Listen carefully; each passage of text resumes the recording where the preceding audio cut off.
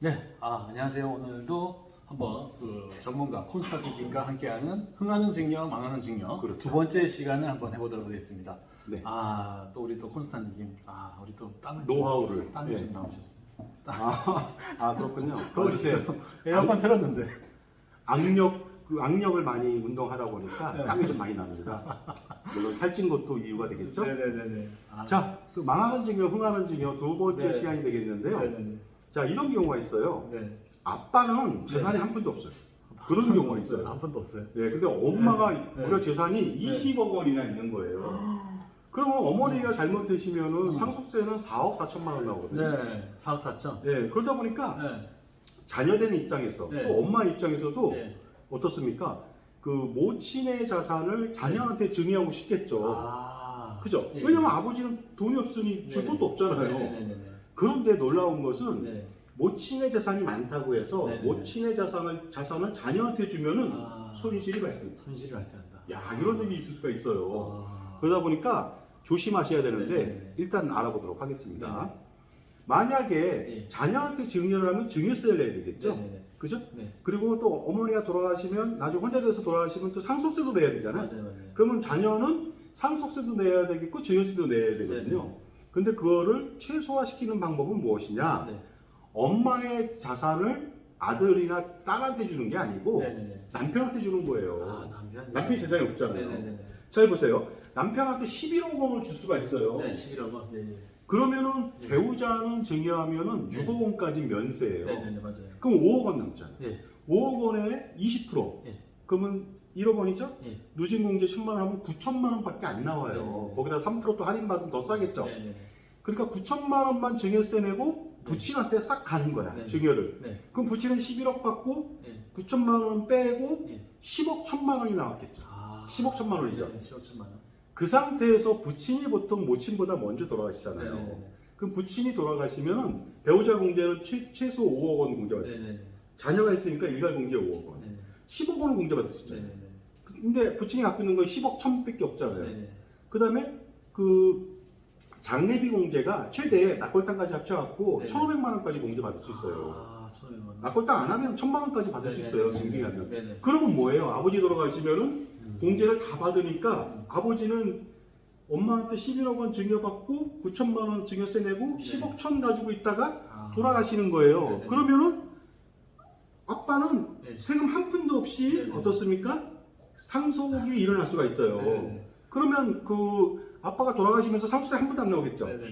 근데 10억 천에 대해서 네. 그 엄마가 상속받는 게 아니고 네네네. 아들이 있으면 아들이 받아버리는 거예요. 그러시구나. 그러면 아들은 세금 내야 안 내요. 세금이 없으니까 당연히 그렇죠, 그렇죠. 고스란히 어때요? 10억 천을 그냥 공짜로 가져오는 거예요. 얼마나 해피한 플랜입니까? 근데 그거를 네. 엄마가 네. 자녀한테 10억을 줬다 그래요. 네. 그럼 2억 4천 내야 돼요. 2억 4천. 증여세를. 그러니까 이게 쓰리 쿠션이죠. 네. 야, 아빠가 재산이 없으니까 아빠한테 줬다가 네. 아빠는 상속세 면세가 되니까 그 돈을 엄마가 받으면 또 안 되잖아요. 네네. 아들이나 딸이 다 받아버리는 거예요. 그러면 상속세도 없고 자녀는 그냥 고스란히 네. 그냥 손도 안 대고 네. 아빠 재산 10억 원 내외를 네. 그냥 가져갈 수가 있겠습니다. 아. 자, 그 다음에 또 두 번째 방법이 있겠네요. 네네. 이번에도 아빠가 돈이 없어요. 네네. 근데 엄마는 재산이 되게 많아. 30억. 네네. 근데 엄마가 돌아가시면 8억 4천 나와. 네네. 그러니까 많은 사람들이 또 어떻게 하겠어요? 네. 자녀를 한테 또 증여하려고 많이 네네, 해요. 맞아요. 다 그래요, 다. 네. 근데 이거 잘못됐습니다. 자녀한테 증여하시면 손해 막심입니다. 네네. 아버지가 재산이 없으니까 아버지한테 좀 활용을 할 필요가 있지 않느냐. 네네. 그래서 이때도 마찬가지로 어떻습니까?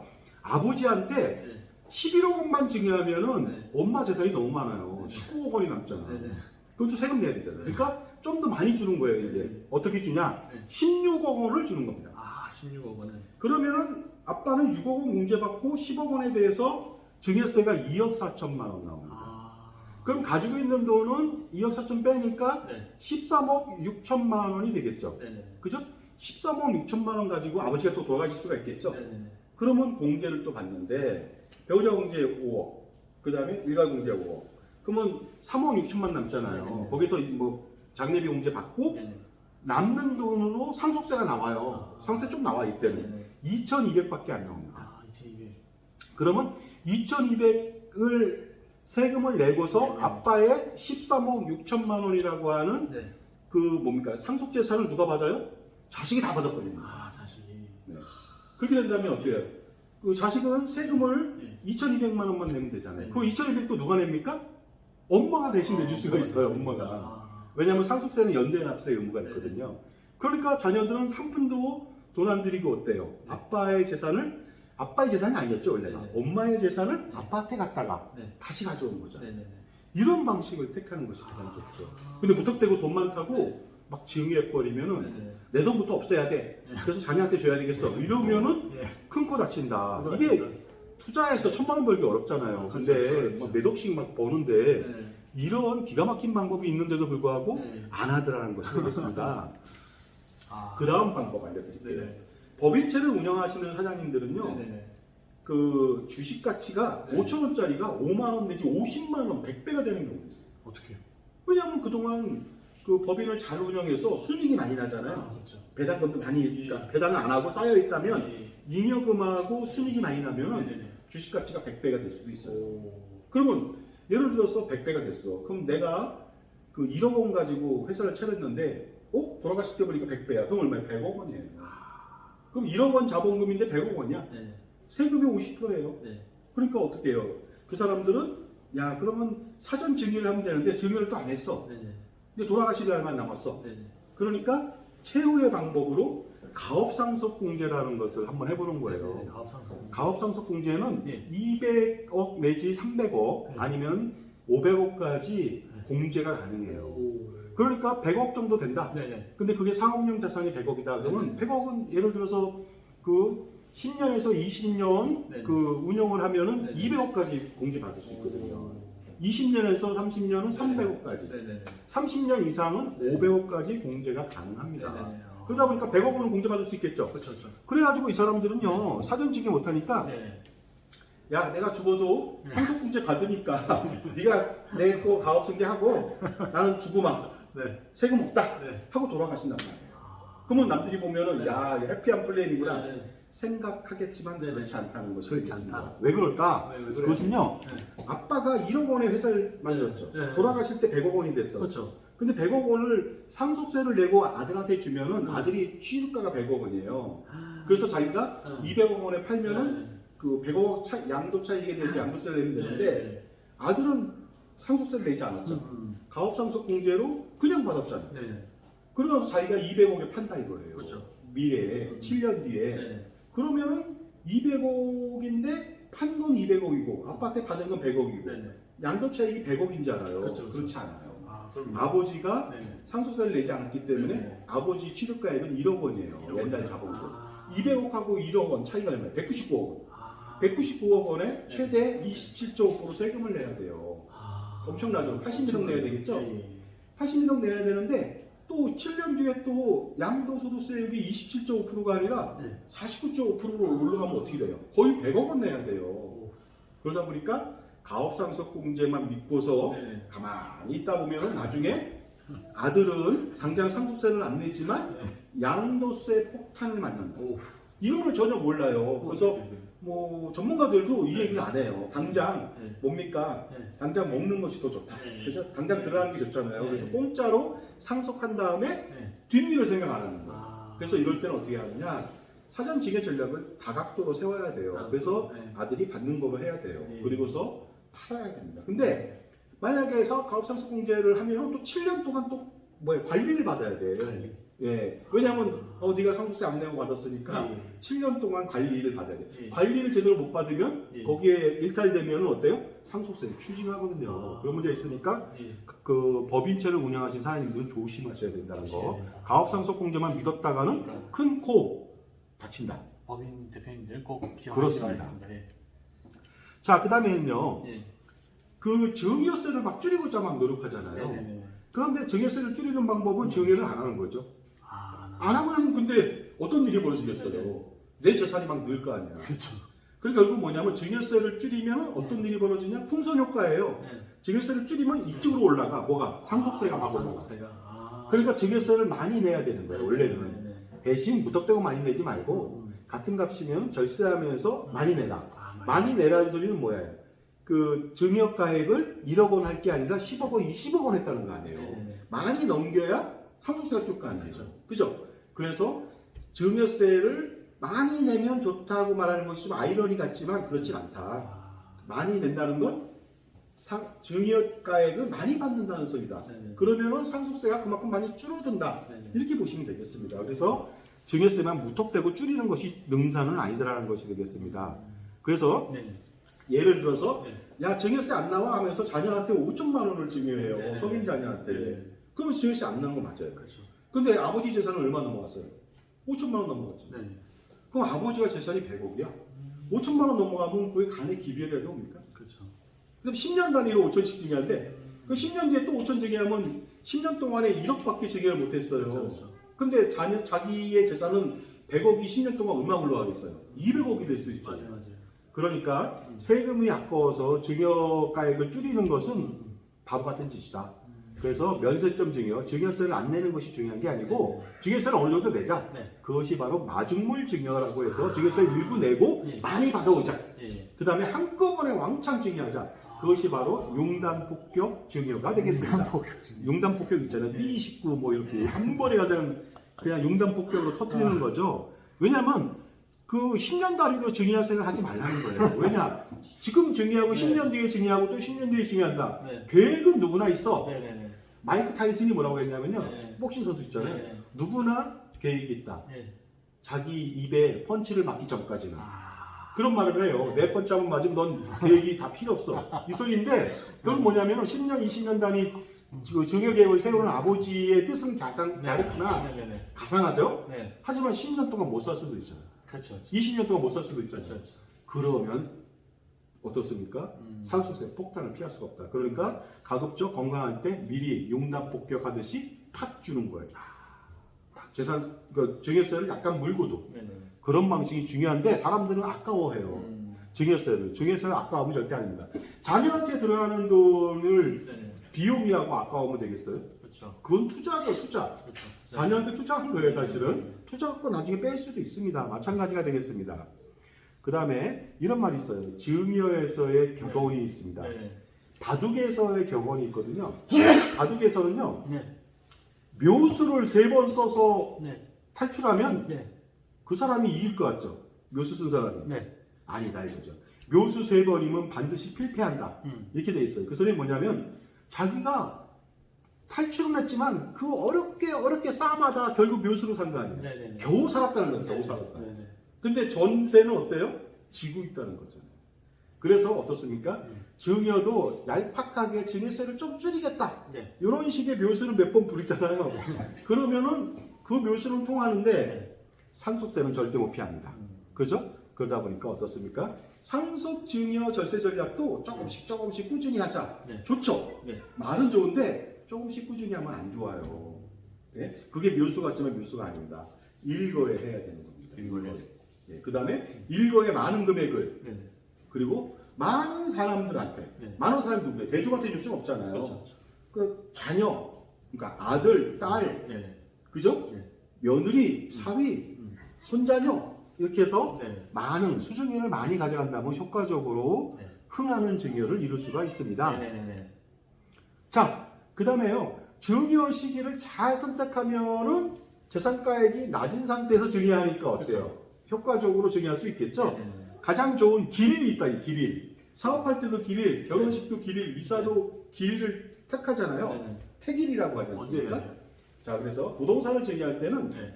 그 공시가격, 주택 같은 경우는 공시가격이거든요. 아파트 공동주택이라든가 단독주택 네. 공시가격이 오르는 때가 있어요. 그게 4월 말이에요. 4월 말. 그럼 4월 말 전에 증여하는 게 좋겠죠? 아. 그죠? 네. 증여를 언제 하면 좋겠느냐? 그 증여 등기를 한 날, 증여 등기로 접수한 날 있죠? 네네네. 그날이 증여 날이에요. 아. 그 등기가 완료된 날이 아니에요. 네네네. 그러니까 법무사를 통해서 네. 접수만 시키면 돼. 네. 그러면 한 3, 4일 있다 나오잖아요. 그렇죠. 3, 4일 있다 증여된 게 아니라 접수한 날. 그러니까 접수한 날이 4월 29일이다. 그러면 괜찮다는 거죠. 4월 말에 가격이 오르거든. 그럼 오른다는 건 뭐예요? 그만큼 증여세도 많이 내야 되지만 증여 취득세를 많이 내. 그러니까 그거를 조심할 필요가 있다. 그 다음에 부동산 중에서 빌딩이나 토지나 이런 걸 줄 수도 있겠죠. 그러니까 토지들. 네. 그래서 토지는 또 5월 말에 또 공시지가가 올라가요. 그러면 5월 말 전에 하면 좋겠죠. 네. 그래서 5월 29일 날 하면 되겠죠. 아, 5월 19일 날. 그러나 어때요? 5월 29일 날 하면은 네. 불안하잖아요. 네. 그러니까 5월 초에 하시면 5월 초에. 좋겠죠. 네. 네. 그 다음에 네. 재산세나 종부세 과세 기준일 확정하는 거 네. 누구한테 줄 것이냐? 네. 확정하는 게 매년 6월 1일이에요. 네. 그럼 같은 값이면 아파트를 주는데 6월 1일 전에 줘야 되겠죠. 아, 전해줘야 된다. 근데 4월 말 전에 줘야 돼 또. 아. 그러니까 3월 달, 2월 달. 아, 그때 해야 된다. 맞죠? 네. 그때 주는 것이 좋겠죠. 왜냐하면 6월 1일 날 이후에 주면은 종부세를 피할 수가 없어. 피할 수가 없으니까. 그죠? 그런 문제가 생깁니다. 그 다음에 2022년도 이내에 증여해야 됩니다. 왜냐하면은 네. 지금 증여를 하면 증여취득세가 네. 그 예를 들어서 증여취득세가 일반세율을 적용할 수가 있어요. 그러면서 그 증여취득세 기준이 뭐냐면은 공시가격, 네. 그 다음에 공시지가로 하거든요. 네. 근데 2023년도부터는 그렇게 안 하고 보충적 방법이 아니라 시가 대비해서 취득세를 부과해요. 그러면 지금보다 예. 2배, 3배 더 낼 수가 있습니다. 아. 근데 만약에 예를 들어서 아파트 두 채 있는 사람이 증여하면 증여세 중반을 먹거든요. 네네. 무려 13.4%까지 먹어요. 네네. 근데 공시가격으로 올해는 중간을 먹거든요.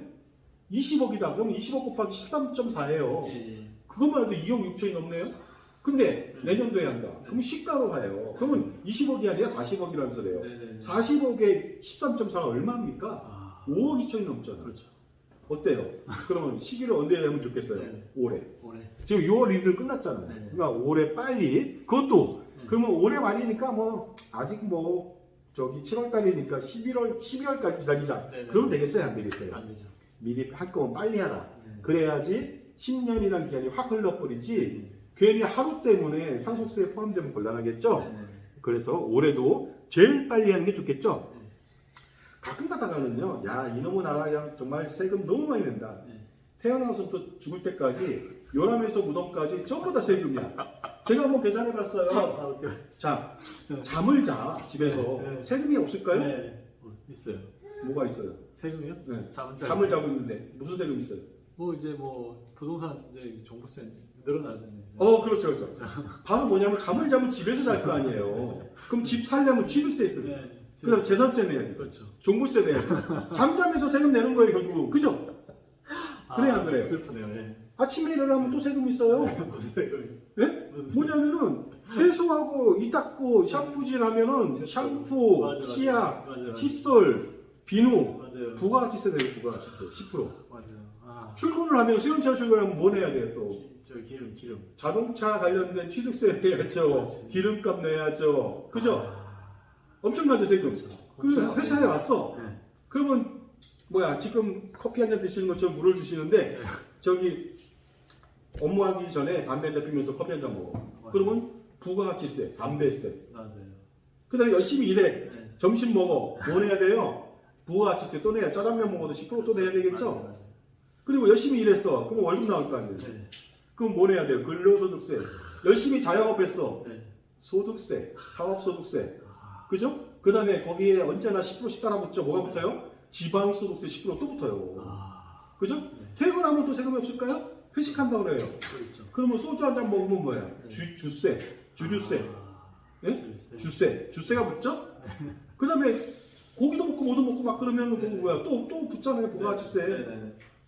집에 돌아와요. 집에 돌아와서 컴퓨터하고 텔레비 보고 그러면 뭐 내야 돼? 또 가전제품 관련된 거, 맞아요. 컴퓨터 관련된 거, 그거 취득했을 때 네. 취득세는 안 내도 부가가치세나 개별 소비세도 내야 된다는 거 아니겠습니까? 네. 그러니까 하루 종일 죽지 않으면 세금이 계속 붙어요. 근데 죽으면 또 뭐 내야 돼? 상속세 내야 되잖아요. 야, 난 도저히 그러니까 세금 못 내겠다. 네. 그래서 남쪽으로 튀어라고 하는 영화가 있어요. 맞아요. 남쪽으로 튀어. 그게 네. 일본 영화예요. 아. 우리나라가 리메이크한 거야. 똑같이. 아. 근데 세금 없는 데로 갔더니 거기서도 또 세금 내라고 하죠. 아. 뭐 세금 죽으면 세금을 못 피하냐? 죽어도 못 피해. 그게 뭐냐? 상속세예요. 그러다 보니까 증여 상속세 없는 나라로 도망가고 싶어요. 네. 의외로 증여 상속세 없는 나라가 꽤 있습니다. 어디요? 카나다, 호주, 아, 네. 홍콩, 중국도 없어요. 근데 중국은 근데 공산주의 국가라서 가기가 좀 그렇죠. 그래서 캐나다에 많이 가는 경우도 있다는 것이 되겠습니다. 그 나라로 이민 가면 세금이 없는 건 맞습니다. 그래서 이민을 막 고려하는데 네. 지금 당장 접으십시오. 네. 왜 접어야 되느냐? 말이 안 통하나? 그 나라에 가면은 네. 세금이 없는데 네. 그 나라까지 가려면은 국내 재산을 처분해야 돼. 그럼 양도세를 내야 돼. 양도세 폭탄을 맞습니다. 아, 그렇구나. 그랬더니 어떤 사람이 그래. 난 현금만 가져갈 거야. 네. 이렇게 말해. 그러면 더 폭탄 맞습니다. 어떻게? 왜? 국내에 있는 재산에 대해서 다시 또 세금을 부과하기 때문에 그렇습니다. 말이 안 되잖아요. 네. 공제도 못 받아 그러면 외국에 네. 살면은 네. 국내 재산에 대해서 무조건 세금 내거든요. 그러니까 이민을 고려하신다면은 절대로 안 된다. 그 세금 못 피한다는 거 아니에요? 그렇죠. 그리고 더 못 피하는 거는요, 고독을 못 피해. 가면은 그렇죠. 말도 안 통해. 맞아요. 지난번에 제가 얼핏 말씀드렸습니다만 캐나다에 증여세 상세 없는데 미국은 있어요. 네. 미국은 안 가겠죠? 근데 캐나다에 갔어. 그랬더니 영어만 공부 열심히 했더니 가보니까 퀘벡시에 갔더니 프랑스어를 하는 거야. 걔네 나라는 두 개의 국어가 있어요. 그래요. 퀘벡시나 깨벡이라고 하거든요. 네. 몬트리올, 네. 몽헤알. 네. 그 다음에 뭡니까? 온타리오에 무슨 뭐 저기 나이아가라 폭포 있는데, 네. 그죠? 네. 그런데 가면은 프랑스어 많이 써요. 어. 프랑스어는 뭐 알랑가 몰랑가 모를 거 아니에요. 맞아요. 그래서 다시 오는 경우도 있다 보니까 이민 네. 절대로 고려하면 안 되겠습니다. 네. 그런데 또 이자로 시작한 것 중에 또 이혼도 있어요. 이혼도 고려하는 거예요. 네. 이건 어떻게 해요? 네, 주택이 각각 아빠랑 엄마가 있어. 네, 네, 그랬더니 네. 하나 팔면 양도세 준 거야. 네. 이혼하면 남이니까 각각 1주택이잖아요. 네. 그러면 세금이 있을까요? 없을까요? 없을 수 있죠. 네. 그래서 그걸 노려가지고 이혼을 하는 거야. 그러면 양도세 중간을 피할 수가 있습니다. 네. 그죠? 네. 그 다음에 증여를 해도 이혼한 다음에 자기 주택 하나밖에 없으니까 자기한테 증여하면은 어때요? 증여 취득세를 중과도 피할 수 있겠죠? 그렇죠. 그래서 이혼하는 경우가 많은데 이것도 조심하셔야겠다. 조심해야겠다. 왜냐면은 네. 그 사람들이 진짜 이혼한 게 아니잖아요. 그렇죠. 그렇죠.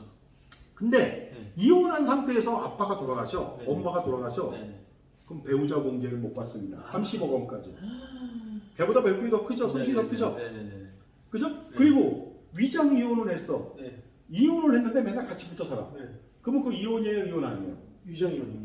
그러면은 양도세 중간 받습니다. 아, 바로 중가. 확인해서. 와. 그러니까 이혼해도 소용없다는 거잖아요, 같이 살면. 네네. 그리고 네. 더 큰 문제가 있어요. 위장 이혼을 했는데 네. 마음이 바뀌었어, 엄마가. 진짜 이해네. 네, 옆집 사람을 더 사랑해. 그 정말로 이혼을 해버리면요, 그 집안은 풍비박산 납니다. 고기 발생이겠네요.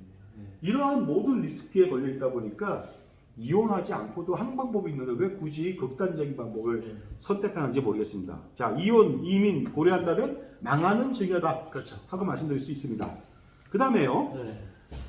감정평가로 증여할 필요가 있다는 것을 말씀드리고 싶습니다. 네. 뭐냐면요, 예를 들어서 아파트 증여 시에는요, 네. 감정평가로 가격을 좀 높일 수도 있고 낮출 수도 있어요. 네. 그래서 높이고 싶을 때는 나중에 어때요? 양도세를 좀 줄이기 위해서. 네. 낮추고 싶을 때는 증여세를 줄이기 위해서 할 수가 있겠죠. 그러다 보니까 그 아파트 증여 시에는 시가가 20억이다 하더라도 네. 17억에 감정평가 받을 수도 있고요. 네. 아니면 22, 3억에 받을 수도 있는 거 아니겠습니까? 네, 맞습니다. 네. 시가라는 것은 언제나 네. 고정된 그 가격 가액이 있는 게 아니잖아요. 왔다 갔다 하니까. 그걸 활용한다면 네. 증여세 등을 절세할 수가 있는데 무조건 그냥 감정평가를 배제하면 안 되겠습니다. 자, 그 다음에요. 네. 네. 비사업용 토지 같은 경우, 비사업용 토지가 뭡니까? 그렇죠. 비싼 도시. 비사업용 토지라는 것은 네. 내가 서울 사람인데 네. 시골에 땅을 샀어. 아. 놀고 있어. 네. 그죠? 네. 누구한테 무슨 밭을 샀는데 네. 밭을 놀고 있어. 그럼 네. 비사업용이죠. 네. 근데 그 밭을 놀게 하지 않고 옆집 농부한테 빌려줘도 안 돼. 그래도 안 돼요? 놀고 있는 돈이에요. 아. 놀고 있는 땅이 됩니다. 빌려줘도 안 돼요. 그랬을 때 그 비사업용 토지 투기를 방지하기 위해서 양도세를 중과합니다. 아. 얼마를 중과하느냐? 양도세 최고 45% 플러스 10%, 55%. 55% 최대 부과하고요. 네. 55에 10%면 얼마예요? 5.5죠. 네. 지방소득세가 5.5% 붙거든. 그러면 60.5% 세금을 내니까 사람들이 어때요? 네. 비사업용 토지를 사놓고서 네. 사업용으로 전환하는 거야. 아. 밭을 사놓고 거기다 집을 줘. 그렇죠. 그렇죠. 그럼 집이 되는 거고. 그렇죠. 그렇죠. 그런데 밭에다 집을 줬더니 집이 안 팔려. 네. 쓸데없이 집만 져놨어. 네. 그 사업용으로 전환은 되나 네. 비용이 너무 많이 들겠죠. 그런 문제가 생기니까 네. 배보다 배꼽이 더 커. 네. 네. 그러다 보니까 네. 많은 사람들이 이래요. 네. 비사업용 토지를 사업용 토지로 막만 전환하려고 그래요. 네. 네. 그래도 세금은 피할 수 없어요. 네. 49.5%. 네. 그러니까 어떻게 해야 돼요? 사업용 토지로 전환을 해봤자 네. 근본적인 양도세를 네. 해소할 수가 없다. 네. 그렇기 때문에 네. 증여 전략을 통해서 양도세를 최소화, 최소화 전략을 세우는 것이 가장 중요하지. 네. 그냥 사업용 토지로 전환하려고 골머리를 썩이는 거야. 네. 그런 분들은 네. 정말 줄도살동해서 사업용 토지로 바꿨는데 네. 세금이 또 나와. 네. 그러면 하나만 하잖아요. 그래서 세금을 아예 없애는 방법을 선택하는 게 좋겠습니다. 네. 자, 그 다음에요. 양도 차익이 많은 경우에 부동산을 팔면 양도세가 엄청 나오죠. 네. 그냥 파는 사람이 있어. 그러면 손해가 막심합니다. 네. 양도세도 내야 되고 판 돈으로 또 애들 증여하면 현금 증여하면 또 증여세 또 나올 거예요. 네. 이중으로 돈이 걸리죠. 그죠? 그러다 보니까 양도 차익이 많은 경우에는 양도세 부담 때문에 반드시 배우자나 자녀들한테 증여한 다음에 네. 5년 지나서 2월 과세 규정을 피한 다음에 5년 뒤에 양도를 하면요. 양도세가 줍니다. 물론 초기에 증여세는 좀 들어가겠죠? 전체적으로 효과가 좋습니다. 예를 들어서 부동산을 5억 원에 옛날에 취득했어. 네. 근데 양도가액이 22억 원이야. 네. 양도 차익이 무려 17억 원입니다. 네. 야, 그러면 이 세금이 얼마입니까 도대체? 세금이 무려 장기 보유 특별 공제를 받는 30%를 받는다 하더라도 네. 15년 이상 보유하면 네. 30% 받거든요. 그 지방세세 포함해서 무려 네. 5억 1,711만 원이나 내야 돼요. 아하. 22억 원에 팔면서. 네. 자, 이런 걸 어떻게 했으면 좋겠느냐? 바로 이렇게 하는 것이죠. 그 해당 부동산을 감정평가 후 22억 갖고 네. 증여를 하는 거야. 네. 배우자한테 11억 원, 자녀한테 5억 5천씩 2명. 그럼 22억 원 증여할 수 있죠. 네. 이렇게 증여하면 증여세가 얼마 나오느냐? 네. 2억 7천만 원 나와요. 네. 그 다음에 취득세 약간 나오겠죠. 네. 이 상태가 됐어요. 그러면 그 자녀하고 배우자는 그 5억 원에 취득한 게 아니라 22억 원에 취득했잖아요. 네. 그리고서 취득세도 냈죠. 네. 그러면 뭐 23억 원 가까이 될 거 아니에요. 네. 전체 들어간 비용이. 네. 5년 뒤에 23억 원, 3억 원에 판다. 그러면 양도세가 한 푼도 나오지 않습니다.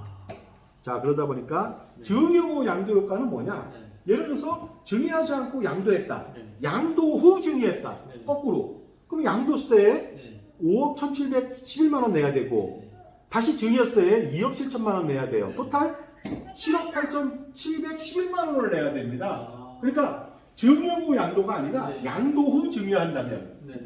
그러나 거꾸로 네. 증여 후 양도한다면은요 네. 2억 7천만 원만 들어간다 이거죠. 취득세 약간 하고 양도세는 거의 안 들어간다. 그러니까 어때요? 자, 잘 보고 선택하셔야 됩니다. 뭐냐면 양도 후 증여하면 폭망. 그러나 증여 후 양도하면 네. 흥한다. 흥한다. 폭풍이라고 해야 되나? 여러분 대성공이죠. 기억하셔야 될 것 같아요. 대성공이 되겠습니다. 자, 그래서요. 지금까지 흥하는 증여, 망하는 증여를 알아봤는데 네. 아주 사이드로 제가 좋은 팁을 하나 알려드릴게요. 네. 우선적으로 절세할 수 있는 전략은 뭐냐? 네. 부잣집 갔더니 자녀가 결혼을 안 했어. 네. 그럼 증여를 못해요. 네. 증여를 많이 못한다고요. 네. 사위나 며느리, 손자녀가 있어야 증여할 거 아니에요. 없잖아. 네. 결혼부터 시키세요. 그 다음에 애 낳게 하세요. 네. 그럼 수주민이 많으면 증여세를 많이 줄일 수 있겠죠? 아. 애 안 낳으면 돈을 거세요. 네. 한 명 갈 때마다 2억씩 증여하겠어요. 네. 이렇게 하면 애 낳겠죠 뭐. 그렇죠. 그런 다음에 증여한다면 훨씬 더 효과적으로 증여세를 절세하고 상속세를 절세할 수 있습니다. 그리고 무엇보다도 증여세 절세는요, 네. 상속세 절세는 빨리빨리 증여하는 거예요. 상속 절세를 수립해야 되고요. 그것이 바로 빨리 하는 것이 최고의 절세 전략이 되겠습니다. 고맙습니다. 하여튼 너무 이제 하여튼 이렇게 오늘도 흥하는 증여, 망한 증여에 대해서 들어봤는데요. 아 정말 이거는요 사실 여러분들이 정말 이제 증여하시겠다고 생각이 드시면요 이제 콘스탄트님에게 연락을 하셔가지고 이게 정말 더 자세한 거 물어보시면요 이게 좀 더 자세한 부분 또 콘스탄트님이 상담도 해드리고 해결책까지 드릴 수 있으니까요. 아, 그럼요. 꼭 한번 콘스탄트님에게 연락. 원스톱 서비스가 가능합니다. 네. 저희 전문가 그룹에서 네. 감정평가, 네. 등기, 계약서 작성, 오. 그 다음에 세무대행, 연부연납, 기타 등등 모든 일련의 과정들을 저희 전문가 그룹이 다 해드리니까 네. 원스톱 서비스로 네. 최적의 솔루션을 찾아가 보시기 바랍니다. 고맙습니다. 이때까지 시청해주신 시청자분께 정말 감사드리겠습니다. 고맙습니다. 감사합니다.